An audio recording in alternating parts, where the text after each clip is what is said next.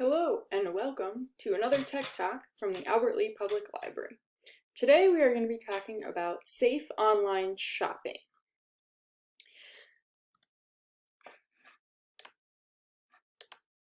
So online shopping is a really convenient way to buy almost anything these days. And especially now during the pandemic when a lot of people are choosing to limit their trips to the store, online shopping is becoming more and more popular. And as with anything online where you're entering personal information, there's some risk that comes with online shopping. But if you take steps to protect yourself, then you can do it almost risk-free. I say almost because there's always going to be a limited amount of risk if the companies that you're going through get hacked or something of that nature. But you can do things on your end to make it as risk adverse as possible. So I'm going to talk a little bit about some of those tips. So the first thing that you want to do is to make sure that your computer system and your internet browser are up to date. So usually in the settings of your computer system, you can look for updates to your system.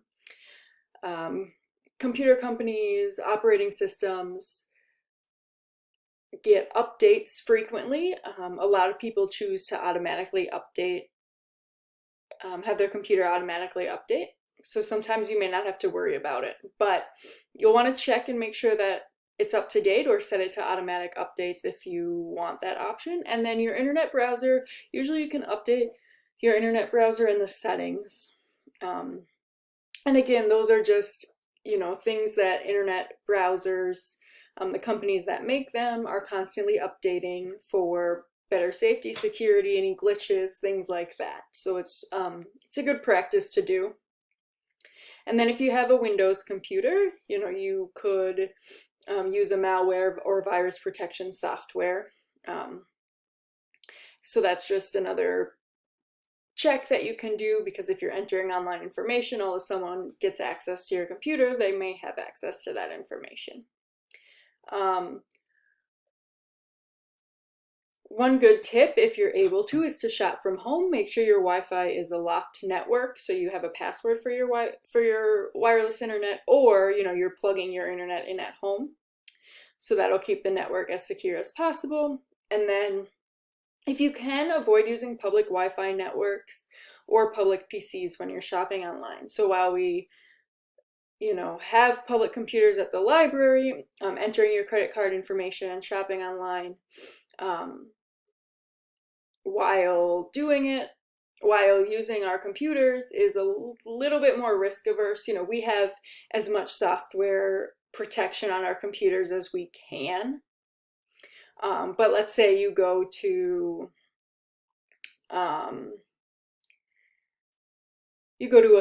you're sitting in a restaurant and you're using their Wi-Fi network while you're waiting for your food, and all of a sudden you decide you need something and you want to go on there and buy it. Well, most of those Wi-Fi networks are not secure with a password, and so therefore anyone can gain access to it. And if there's someone that decides they want to get access to that network and hack in, they could potentially get your information. So, if possible, avoid public Wi-Fi networks or public PCs. We understand it's not all possible, but when you're using those, you just want to make sure you're doing it really safe. And I'll mention something that you can do, that you can use when you're paying for, to avoid having to enter your credit card information. So if you're going to use public PCs like at the library, or a public Wi-Fi network like our Wi-Fi network or another, company's Wi-Fi, when you're at their establishment, there are steps that you can take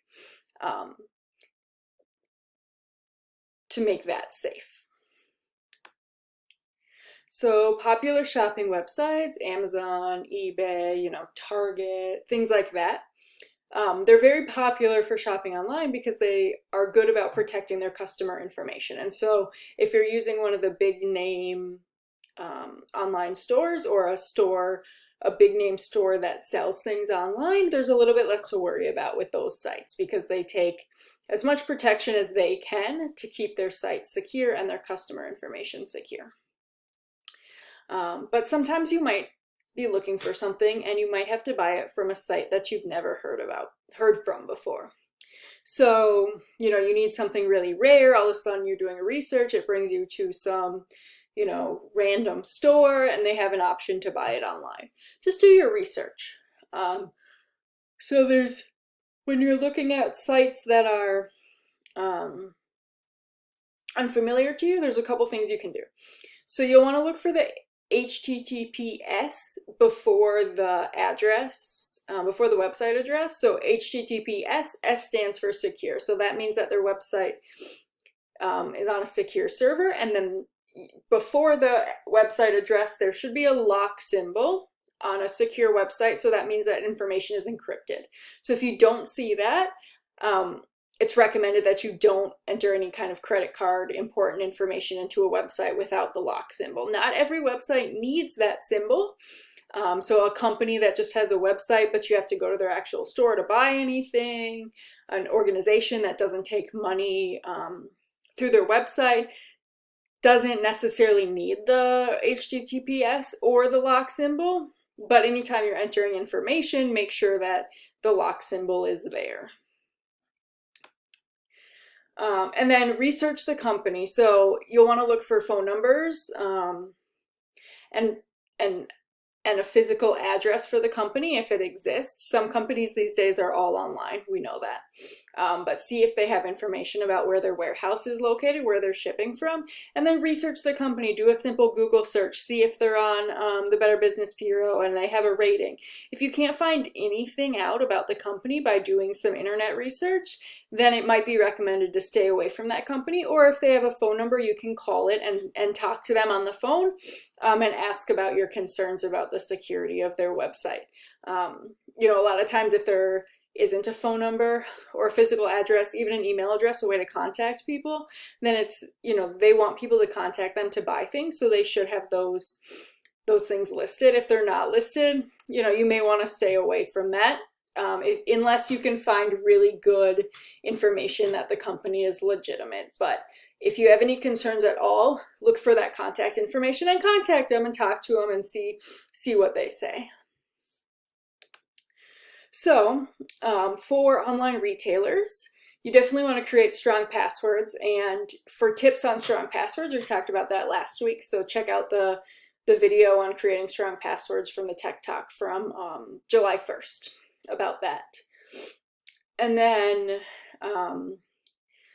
purchasing items. So credit cards are the safest option over a debit card because you can dispute charges on your credit card a lot easier than you can on a debit card. Also, a lot of times with the debit card, your account can get drained. So credit cards are the safest.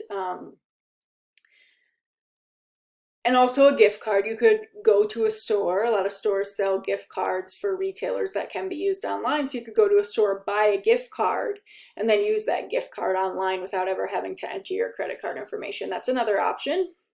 And then there's something called online payment services. So PayPal is the most common one. I know Google has Google Wallet, I believe, and then Apple has the Apple Wallet option as well. So what that is PayPal would have your credit card, your debit card, your bank account information, and they store that on a very secure server.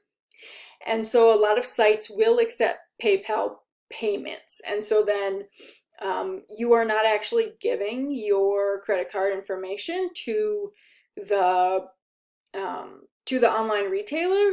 They are getting the payment from PayPal and they handle the transaction. And so, as I mentioned, if you're using a public Wi-Fi network or you're using a public computer and you have no other option to buy something online,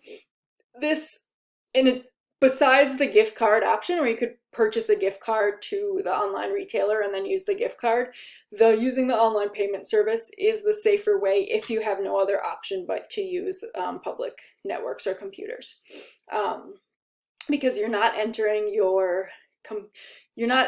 entering your credit card information directly into the computer. You're just entering your PayPal username and password, and it's pretty simple and free to set up a PayPal account. So if that's something that you're interested in to protect your information another way, I would recommend it. Some websites, PayPal is the only way you can pay, but it's an option for a lot of people these days. And then avoid any kind of direct wire transfers, bank transfers, and don't send cash or checks through the mail. So those are just tips of things to avoid to keep everything kind of safe.